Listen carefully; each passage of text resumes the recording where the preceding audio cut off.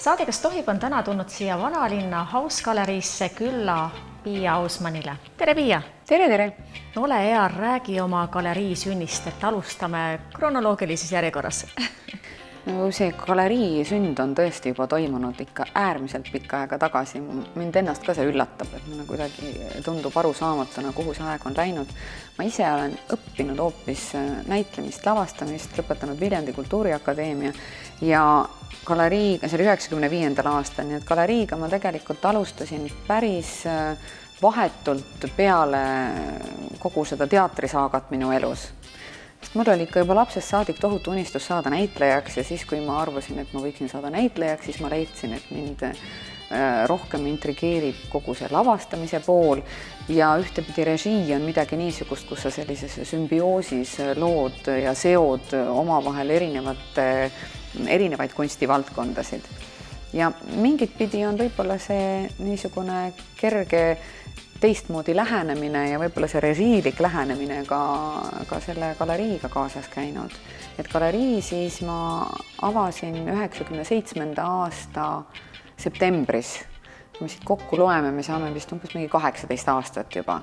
Tallinna Vanalinnas me oleme sellisena, nagu meid niimoodi praegu võib näha, 2000. aastast algul alustasime Kadriorus rohkem sellise nagu kunstiagentuurina või pigem oli mõte selles, et tundus, et kuidagi tollel ajal just, et see kunstimaastik oli sellise kunstimanagemendi ja kunstimarketingi poole pealt vaiksem ja suundumused olid ehk teised ja võib-olla arusaamine galeriist oli natukene teine ja natukene selline staatilisem ja rahulikum, nii et minu eesmärk võib-olla oli rohkem ka koos tüdrukutega, kellega me oleme seda asja siin rõõmsalt ajanud, ikkagi selles, et siduda kuidagi rohkem seda kunstimaailma tavamaailmaga nii-öelda ja leida selliseid paremaid kokkupuutepunkte ühiskonna ja kunsti vahel, leida ka natukene teisi väljundeid kunstile kui üksnes siis läbi niisuguse staatilise näitusesaali.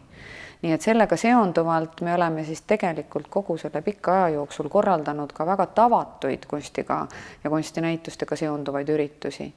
Et üks ehk ja kõige tähtsam on ju oksjon. Ja üks ehk võib-olla selline Hausgalerii kaubamärk, millega me alustasime ja millise traditsiooni me oleme loonud ja mida on ka järgitud ja millega on ka teisi korraldajaid kaasa tulnud, on siis tõepoolest need kunstioksjonid. Nii et esimene kunstioksjon meil samamoodi toimus siis kohe 97. aastal. No meenuta seda. No ja siis oli kõik teistmoodi. Selles mõttes oli kõik teistmoodi, et ikkagi ma ei ütleks, et minu eesmärk oleks olnud alguses galeriid luues olnud hakata tegelema klassikalise kunstiga. Pigem mind ikkagi paelus see tollane kaasaegne kunst ja pigem võib-olla see moodsa kunsti klassika ja need tolleks hetkeks tekkinud nimekad kunstnikud, kes olid ennast juba positsioneerinud selles kunsti- ja kultuuripildis laiemalt. Esimene oksjoni valik oligi peamiselt ju tegelikult suunatud kaasaegsele kunstile ja võib-olla 1/3 siis sellest valikust oli kunstiklassika, et oli niisugune eksperimentaalne lisavalik seal juures ja tookord me tegime koostööd just siis erinevate ka antiigikauplustega, antiigikaubitsejatega nii-öelda, kes siis võib-olla vanemad kunstimüüsid.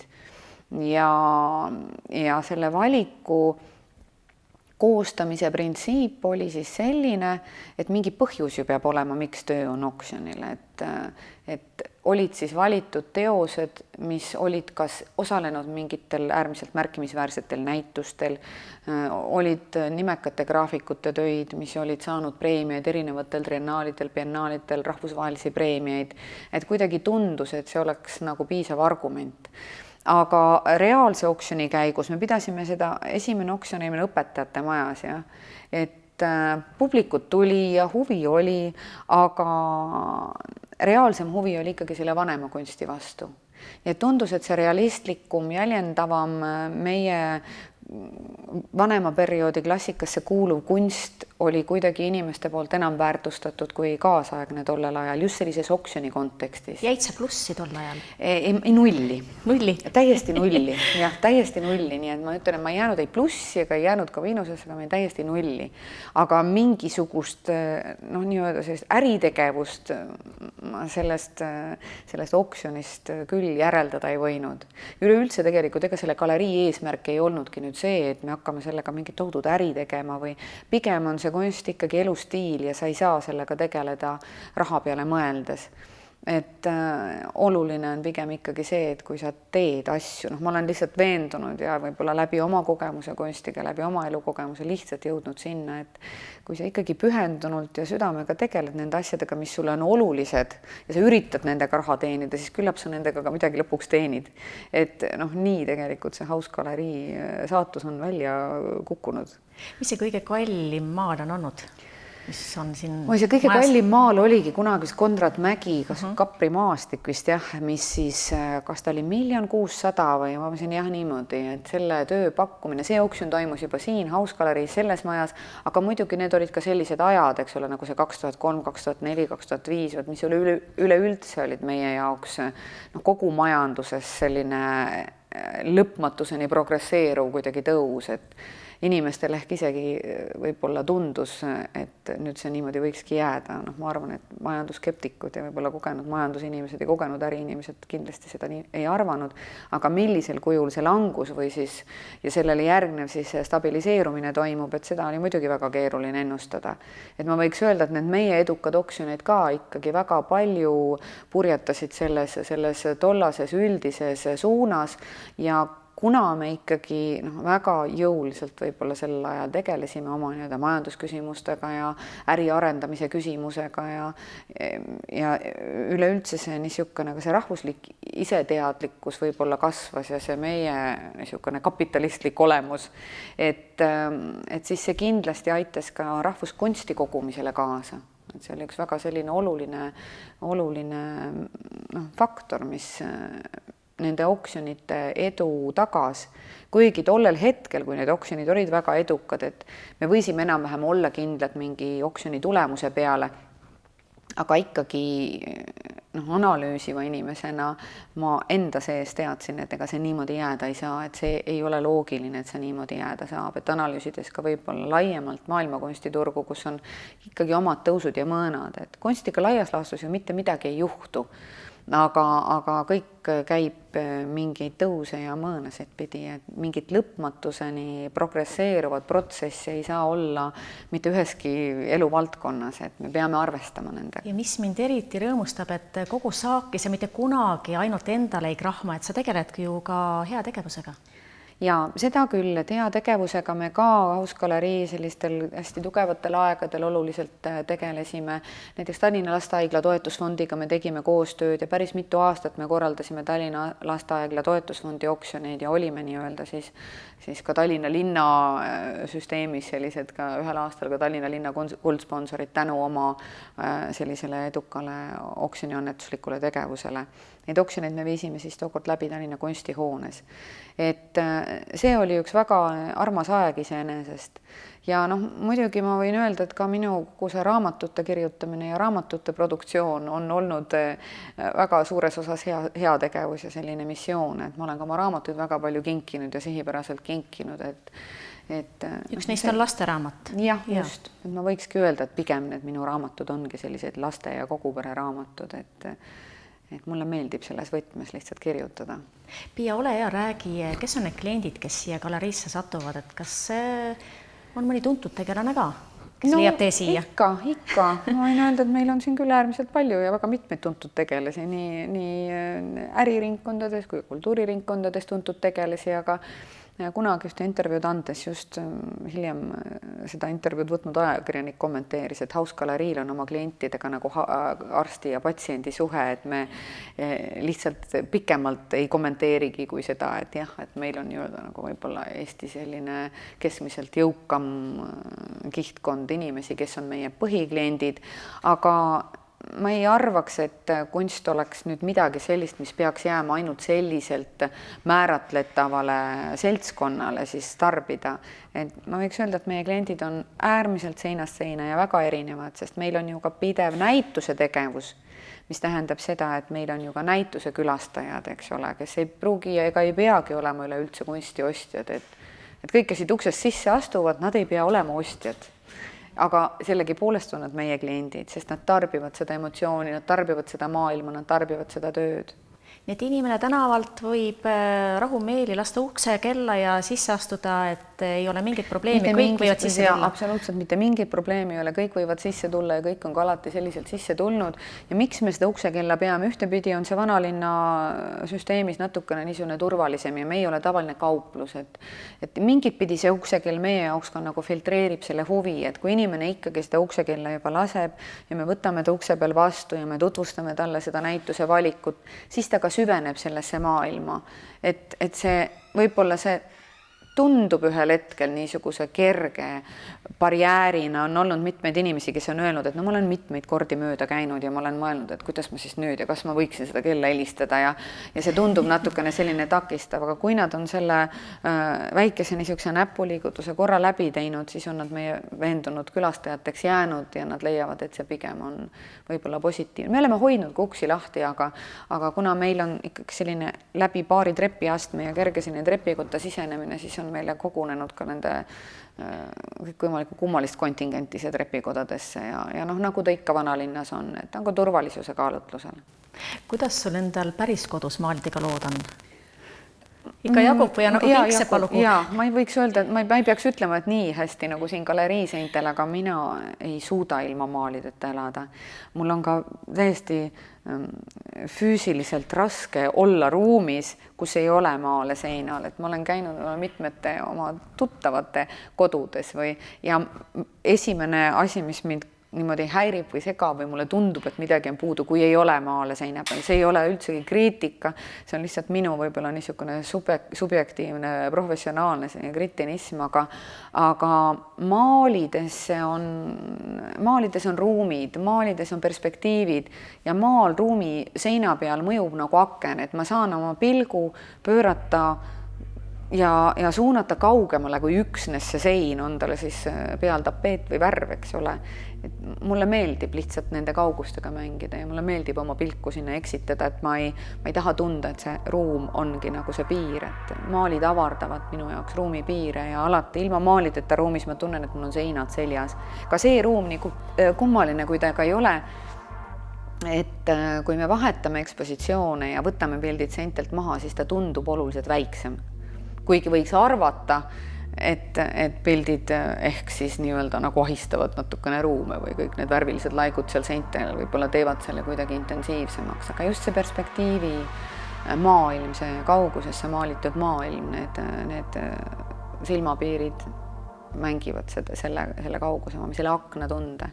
Kas siin vanalinna galeriis on ainult Eesti kunstnike loomingud või on mujalt maailmast ka? Me oleme ikkagi keskendunud ainult Eesti kunstnikele. Ma võin muidugi öelda, et meil on ka Eesti-Vene kunstnikke, nii-öelda kunstnikke, kes on kunagi tulnud kunagisest kunstiinstituuti õppima ja lõpetanud selle ja jäänud siia elama, aga mina ise omas keeles nimetangi neid juba Eesti-Vene kunstnikeks, nii-öelda, et kes on siis erinevatest kunagistest Nõukogude sotsialistlikest vabariikidest meile saabunud. Aga kõik on äärmiselt kenad inimesed ja nende looming on väga huvitav, sest nad ei ole nii-öelda enam ei see ega teine ja kuidagi see teatud ühtepidi see emotsionaalsus, aga teisalt selle emotsiooni selline sordiini all olek ja natukene juba selline põhjamaine mõju, et see teeb nad väga huvitavaks ja me oleme nende kunstnikega just ka läbi näituste ja läbi nende igapäevaste teoste müügis hoidmise koostööd teinud. Aga muidugi oluliselt ikkagi suurem osa just Eesti sellist nii-öelda kõrgkunsti nimekamaid kunstnikke. On sul oma lemmikud? Ma ei arva, et ma ei saaks ma ei saaks nagu kellelegi liiga teha, aga ma peaks ütlema, et võib-olla kadunud Peeter Modist oli üks minu nii-öelda lemmikuid, et ma ei saaks ka öelda, et alati ja kõik tööd, et see on kunstnike kaupa erinev. Et kuna ma olen tõesti kunstnik juba tegelenud, siin võib öelda peaaegu 20 aastat, siis paratamatult minu nägemine on juba hoopis midagi muud, et ma ei saagi ühegi kunstniku puhul öelda, et see või teine kunstnik mulle meeldib lõpmatult ja lõplikult, et ma pigem, olles näinud nende töid läbi aegade ja aastate väga palju, mul on teatud perioodid, mis mulle meeldivad, samamoodi näiteks Jaan Toomiku töö, mis on mul kabinetis, mis on aastast 2008, mulle just meeldib see periood, mida ta ise võib-olla pidas natukene liiga realistlikuks või arvas, et ehk see on isegi magus, kuigi Jaan Toomiku puhul ei saa iialgi niisuguseid määratlusi üldse välja tuua, aga see töö pärineb ühelt näituselt, mille me ise korraldasime kunagi siis ka Hausgaleriile kuulunud Art Depot galeriis. Et Art Depot galerii tegutses ju siis ka päris mitmeid aastaid, mis oli meie projekt ja mis siis keskendus hästi niisugusele noorele ja väga tänapäevasele, väga kaasaegsele kunstile, et kui siis Haus tollel ajal oli ja on ka tänaseni pigem niisugune klassikaliste väärtuste hoidja ja sellise klassikalise taseme hoidja, siis Art Depot oli rohkem noorele keskendunud ja selline eksperimentaalsem ja ka rohkem välisturule suunatud. Aga Art Depot projekti me siis mingi hetk sulgesime, et kuna need ei olnud meie ruumid, need olid renditud ruumid ja kõikide aegadega seoses siis ikka niisugused huvid, olukorrad inimestel muutuvad. Kas sa ise ka vahest haarab pliiatsi ja paberi ja midagi kritseldad sinna või maalid või? Ma olen tähele pannud, et kui ma telefoniga räägin ja siis mul niimoodi käsi vahepeal kritseldab niimoodi midagi paberi. Ma arvan, et ma olen täiesti võimeline joonistama võib-olla keskmisest paremini kui tavainimene, aga ma ei pea seda oma mingisuguseks tohutuks selliseks andeks, et ma peaksin sellega nii väga tegelema. Et minu vahend on rohkem ikkagi sõna ja kunstnike vahend on võib-olla rohkem see pintsel ja pliiats ja need sümbolite, kompositsioonide maailmad, läbi mille nad oma sõnumeid edastavad. Et ma ei ole sellesse trüginud, et mulle tundub, et jäädes niimoodi sellise oma eelistuste juurde, et ma ehk jõuan kaugemale. Kui ma siin hakkaks veel maalima ka, et siis ma arvan, et seda oleks juba liiga palju. No mil moel sa suudad oma sõna rahvani viia? Ma arvan, et see sõltub ikkagi vastavalt olukorrale, et nii nagu tekivad olukorrad, et võib-olla see sõnum, mis on minu jaoks oluline, on ikkagi läbi minu raamatute, mis on minu jaoks üks oluline niisugune missiooniteema, et just see tasakaalustatud maailma küsimus. Ja samamoodi ka kunstinäitused, et tegelikult näitused ka ikkagi ju väljendavad sõnas ja võib-olla teos seda, mida ka galerii tahab öelda. Pigem on see niisugune korrektselt adresseeritud ja läbimõeldud info, mida me siis püüame edastada, et kui keegi tuleb ja küsib, et nagu hetkel ja täna siin kasvõi, et siis on ka jälle võimalus mingid sõnumeid edastada. Kas Eestis on kunsti piisavalt? Kuidas sulle tundub? Ma arvan, et Eestis on kunsti piisavalt, ma arvan, et Eestis on kunsti isegi päris palju ja arvestades ka seda, et meil on ju ka kunst, ma ei oska nüüd praegu siin peast arvuliselt öelda, aga meil on ka Kunstnike Liidu liikmeid ju ikkagi väga arvukalt, et need inimesi on ikkagi ju sadades ja sadades. Et ma arvan, et väikese riigi kohta on meil väga palju väga andekaid ja väga loomingulisi inimesi ja see on hästi tore. Et see tekitab valikuid ja see tekitab ka erinevaid näituse võimalusi, aga alati võiks olla maailm mitmekesisem. Mulle tundub, et vastavalt ka selle poliitiliste olude muutumisega ja vastavalt ka üldse sellise ka sotsiaalpoliitiliste olude muutumisega ja maailma avatusega ja me enam ei ela ju võib-olla nii palju selles suletud süsteemis ja me tegutseme rohkem niisuguses üldises Euroopa ruumis, et siis ka meie võrdluspunktid on muutunud. Nii et Eesti enda seisukohalt vaadates me võime öelda, et meil on seda kunsti piisavalt. Aga kui me peaksime mõtlema selle peale, et mida me siis võiksime, mis meid võiks esindada, mida me võiksime siit välja viia, et võrdluses võib-olla laiema maailma kontekstiga, et siis on muidugi need valikud jällegi vähenevad, et kõik on väga suhteline. Ja mida sa teed siis, kui sa kunstiga ei tegele? Ma olen kuskilt kuulnud, et sulle meeldib soolase ja magusa toiduga mässata. ja mulle tegelikult toidu tegemine meeldib, mul ei ole selle tegemiseks lihtsalt aega, aga ma olen väga niisugune spontaanne võib-olla toite tehes ja mulle tõesti meeldib soolast ja magusat omavahel segada, nii et inimesi see ikka paneb imestama, kuidas ma soolase salati sisse pirni lõikan ja minu meelest on see väga nagu see on ka nagu kunstiga seotud. Ja see on ka kunstiga seotud, nii et tegelikult on, kui me tegeleme sellise tasakaalustatud ja balansseeritud maailmaga, siis me tahame seda tasakaalu ja balanssi näha kõigest, nii et ma peaksin ütlema, et eriti viimasel ajal ma väga palju pööran tähelepanu just sellele enda tasakaalustamise küsimusele ja noh, ma ei ütleks, et ma läheksin kaasa nii väga kõikvõimalike moodide ja trendide ja millega iganes, mida meil see ümbritsev maailm täis on. No räägitakse, et kõik on moes. Kõik on moes just, aga ikkagi see, mulle tundub, et see enda tasakaalustamise küsimus on väga oluline, aga niisuguste momentideni sa ei jõua lihtsalt sellepärast, et see on moes või lihtsalt sellepärast, et kõik on moes, aga see peab olema mingi sisemise motivatsiooni küsimus. Ja kuna ma hetkel olen ka ju väga aktiivselt haaratud rahvusvahelistesse kunstiprojektidesse ja kõik see, millega ma tegelen, seda on lihtsalt niivõrd palju, siis ma olen hakanud tundma, et mul on ennast vaja ja kui mul on ennast vaja, siis ma pean ennast arukalt kasutama ja siis et kuidas ma siis võiksin ennast nii-öelda arukalt kasutada, mis mind aitab ennast tasakaalus hoida ja ennast arukalt kasutada, et see võib-olla see Külalisi tuleb. Keegi läheb just, külalisi tuleb. No sa näed, keegi julgevad, me rääkisime, et inimesed võib-olla ei julge lasta ukse kella, aga julgevad. Las nad absoluutselt tulevad. Et see on mu meelest väga oluline, võib-olla ka mingist vanusest alates, mingisugusest kogemusest alates, et ma lihtsalt tunnen, et see oskus ennast arukamalt kasutada annab mulle võimaluse seda minus endas olevat potentsiaali võib-olla nende missioonide rakendusse siis kuidagi niimoodi suunata. Et see tasakaalustamise, see maailma balansseerimise, see maailma parandamise küsimus on mulle ikkagi oluline. Et nii palju, kui ma ka selles ei pettuks võib-olla hooti aeg-ajalt, et ma ikkagi pöördun selle juurde tagasi ja ma ikkagi tahan kirjutada neid lasteraamatuid ja ma ikkagi tunnen, et kui... On sul miski käsil juba?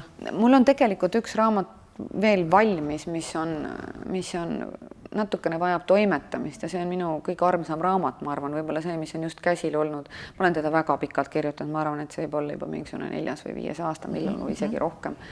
Et, jõuludeks on oodata? Ma ei tea, kuna see on selline raamat, et meil on niisugune teistmoodi mõte ja teistmoodi projekt selle kunstnikuga niimoodi üksteist inspireerides välja mõeldud, et siis võib-olla ta tahab natukene seedimist, võib-olla tahab natukene rohkem aega, aga selle raamatuga mul oli ka see mõte, et võib-olla see võiks olla üks raamat, mida lihtsalt kinkida, et mida võib-olla ei peakski nagu müüma. Et ma ei peaks ütlema, et ma võiksin seda endale lubada, aga mulle tundub, et niisugune loominguline vahetus või selline loominguline alge võiks olla ka teinekord nagu heas mõttes selline provokatiivne, et kui ma midagi kirjutan, siis ma ei mõtle seda kirjutades, et ma tahaksin sellest, see on minu jaoks mittemateriaalne tegevus ja ma ei mõtle selle peale, et ma tahaksin sellest midagi materiaalset nagu saada tagasi. Et pigem on see selline see mittemateriaalse maailma nagu vahetus, et siis võib-olla tahakski seda lihtsalt anda ja lihtsalt olla rahul sellega, et inimesed üle võiksid nagu rõõmustada. Mul on alati lähevad silmad väga särama, kui ma näen jälle neid lapsi, kes on raamatuid lugenud ja kes on niimoodi vaatavad ja kes tahavad midagi küsida ja lastega suhtlemine mulle väga-väga meeldib. Et see on niisugune siiras, puhas maailm ja ma leian, et ma saan endas ikka ka päris palju seda last säilinud, et muidu ma ei suudaks ilmselt neid raamatuid kirjutada, et kohati ma annan neile lastele nagu fantaasias niimoodi silmad ette, et mille üle ma ise niimoodi uhkust tunnen. Mulle tundub, et see pragmaatiline, konkreetne, täiskasvanu maailm kombinatsioonis selle niisuguse lapseliku fantaasiamaailmaga, et see on võib-olla ühe inimese jaoks päris niisugune tore väljakutse, et kui mõned inimesed sellest vahest nagu minu kõrval hulluks lähevad, siis ma lihtsalt lohutan neid, et aga mis mina pean selle inimesega iga päev elama, et ma pean selle inimese sees hommikust õhtuni olema, kes ongi selline. Piia, suured tänud, et sa leidsid aega minuga vestlemiseks. Mida suvi sulle veel toob?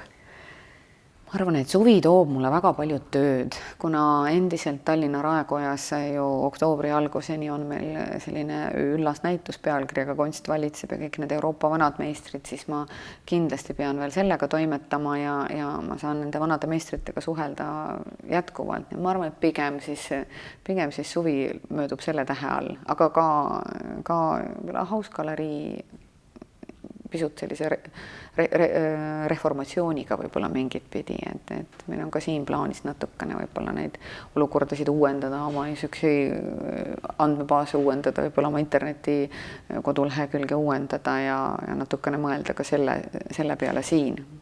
Suured tänud ja edu sulle! Aitäh!